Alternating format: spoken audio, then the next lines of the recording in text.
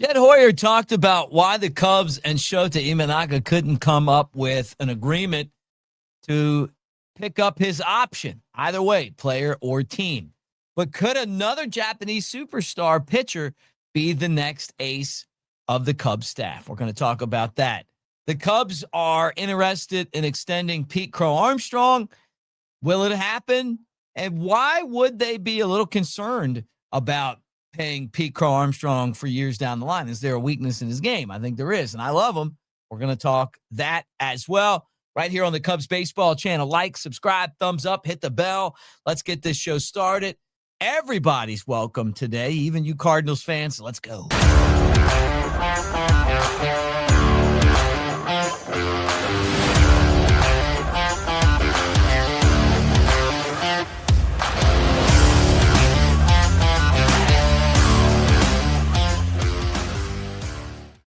Hey, everybody, Mick Nation. Welcome to the Cubs Baseball channel. We're going to talk about the Cubs, as we always do, and the potential replacement for Shōta Imai. And I've talked about this probably a few times. Grew up with my grandparents, and hey, money was tight, and you had to really stretch that dollar. And I feel like that's how the Cubs run their team. We're not giving you the money. You're going to have to earn it, and it feels like that's kind of the case right now with the way that the Cubs are trying to figure out the pitching staff for this year. So there's nothing big, supermarket about the way that the Cubs spend, but they're also trying to get value for their money, right? And maybe the guy who the Cubs could look at, it's Tatsuya Imai. Yeah. Tatsuya Imai could be the guy. And then you're going, who's this guy? Well, let me tell you, he's actually coming from Japan.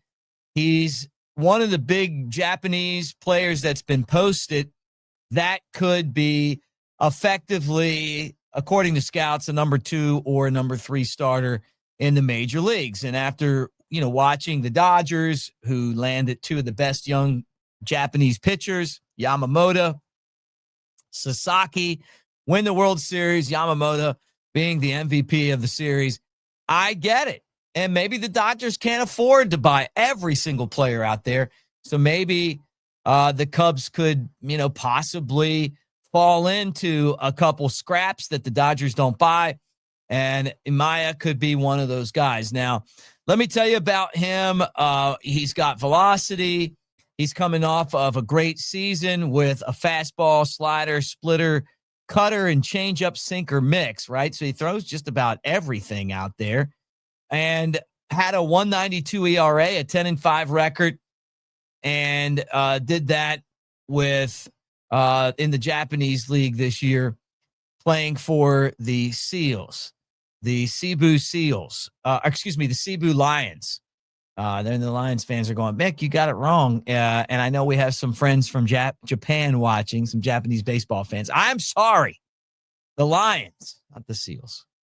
But anyway, pitching in the NPB, he was excellent. He was one of the best pitchers of the young guys there. He's being posted now.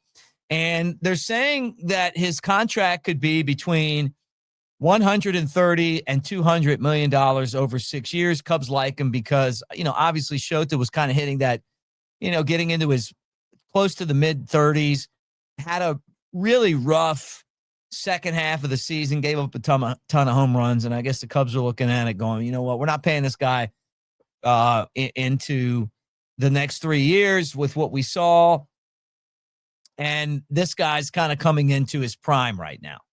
So there's a 45-day window for Major League Baseball teams to negotiate. And guess what? If you sign him, then you also have to pay his team in Japan. I think the fee's around $25 million, maybe a little less than that, to land him, to get this young stud that could help you. And Imai is one of those guys that could slot right into the rotation, right behind Steele. And, obviously Boyd, who we hope has another fantastic season, and Horton, who got robbed of the Rookie of the Year award. And straight up tip of the cap to Drake Baldwin, who said, "Hey, if look, if Horton would have won, I would have got it. I faced him. He's a really good pitcher. It was really tight. I mean, it really was. Like it's just that kind of race.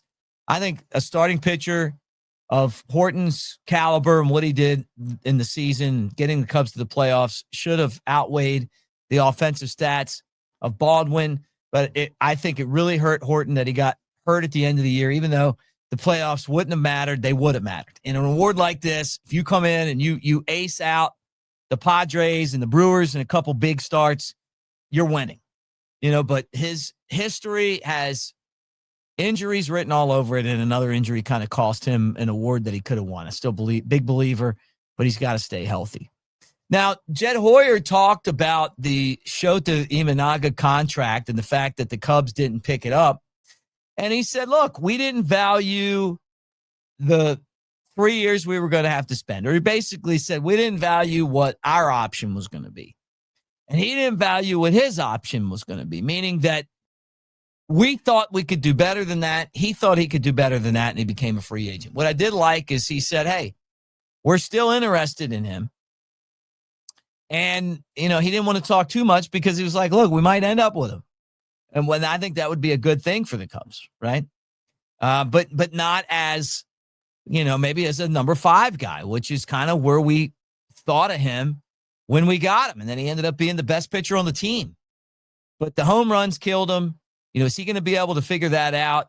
A lot of the publications think he's going to end up in San Francisco with our guy, Tony Vitello, and the Giants. Bruce Bochy, now part of that staff. Could end up there, who knows? But at the end of the day, I get it. It's a business decision, and both sides didn't feel like the way that the contracts were written for either one would benefit them. Now, talking about contracts, I want to talk about Pete Crow-Armstrong. But before we go there, there is our QR code right there. And that is our AveD home, Mick Nation. And these hats, you can win. Yeah. You can also win cash prizes. There's a lot of stuff that's available on there to pick. No baseball games because we don't have any baseball games. But we have other stuff. Football. How about the Bears? Everybody's fired up about the Bears right now. I said, hey, put the Bears on there. College football. There's a big game at Wrigley Field this week. Northwestern against Michigan. AveD's free. You can win weekly cash prizes or obviously really smooth merch like this. And if you want to buy one of these hats, you can also do that. Just send me a comment in the comment section with your email address, and I'll reach out to you. All right, let's get into this. Final topic of today's show. Cubs try to extend Pete Crow-Armstrong. And I said yesterday, I was like, we're going to talk about this more at length tomorrow, right? So in April, it was Mark Feinstein of MLB.com that reported that the Cubs offered PCA an extension of about $75 million. And his agent and him and the Cubs could not agree on a deal. Well, now you got Marquee Sports Network and one of their guys there basically saying that they're going to try to do this again and that they are going to revisit a brief negotiation and they're going to push aside a $90 million contract proposal, which is what I heard, instead of $75 million that was reported before, and work a deal out with Hollywood Pete. So, look, the guy won a Gold Glove. He ended up with a .244 batting average, 31 home runs, 98 runs knocked in, had a good year. And the Cubs are betting on him to get better. First half of the season, MVP type. Second half of the season was not good. And if I'm the Cubs, my biggest concern is that he's not going to figure out how to take pitches. And this is a handicap for a lot of really good hitters. It's being able to decipher what's a ball and what's a strike. And all he had to do was look at Silver Slugger winner Kyle Tucker and say, hey, what is this guy doing? He's taking pitches and he's walking. Pete didn't walk a whole lot. His game is going to be really crippled until he gets that part of it figured out. And for the Cubs to give him an extension, they're hoping that he figures that out. And honestly, all of us hope he figures it out too, because that's going to be the difference between him taking the next step or him being a guy that had one awesome half of a season and then goes down the drain. And there's been a lot of players that have done that, where they're here and then they go here. The great thing is that he has all the tools to be a longtime superstar. So the Cubs are going to try to sign him. You know, we'll see what happens there. If I was Pete, I'd take the contract, and that's not betting on yourself, but it's a guarantee that you're going to have generational money, because the lack of ability to take pitches is going to kill your game. It just is. And I'm not saying take strikes. I'm saying take pitches out of the zone, knowing the strike zone. And I love him. He's one of my favorite players. I loved watching him come up through the system. But when you get to the big leagues, that these guys know the box so well that they're going to put it right where you can't hit it. And if you watch Kyle Tucker, what made him an amazing hitter was that he's not going to swing at that stuff. You know, and I think one of the biggest assets that Matt Shaw has is that he's got the eye to lay off of those pitches. You know, but what's Hollywood Pete going to do? So anyway, look for the Cubs to try to make an extension here, and know that in my mind, where he could fail or succeed is all going to be wrapped up in his ability to take pitches.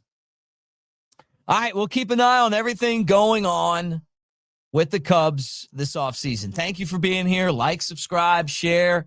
Make sure that you're a part of our show on a daily basis. And I think there's, it's going to take a while, but I think there's some big things coming down the line, and we'll cover it for you right here. If there's something that you want to get into this offseason, a topic of conversation, somebody you want me to bring on the channel, let me know. I'm going to start reaching out to some of my friends and see if we can get some, some of the people that follow the Cubs on a daily basis to jump on and talk to us. And I appreciate you guys. And don't forget this too. As you start to plan your Christmas and you're like, we want to do something special this year, think about the Smoky Mountains. What would be better at Christmas than the Smoky Mountains of Tennessee or even North Carolina? But if you go, you're going to hit Sevierville, Tennessee. And who knows if it's really the right time of year. If you get there and you run into the right people, you might find a fish or a bear or a bird that would talk to you.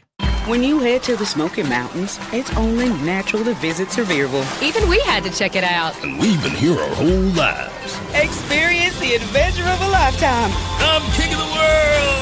Even you can get a bird's eye view of the Smokies. You're going down, Billy. Whoa. Your Smokies start here.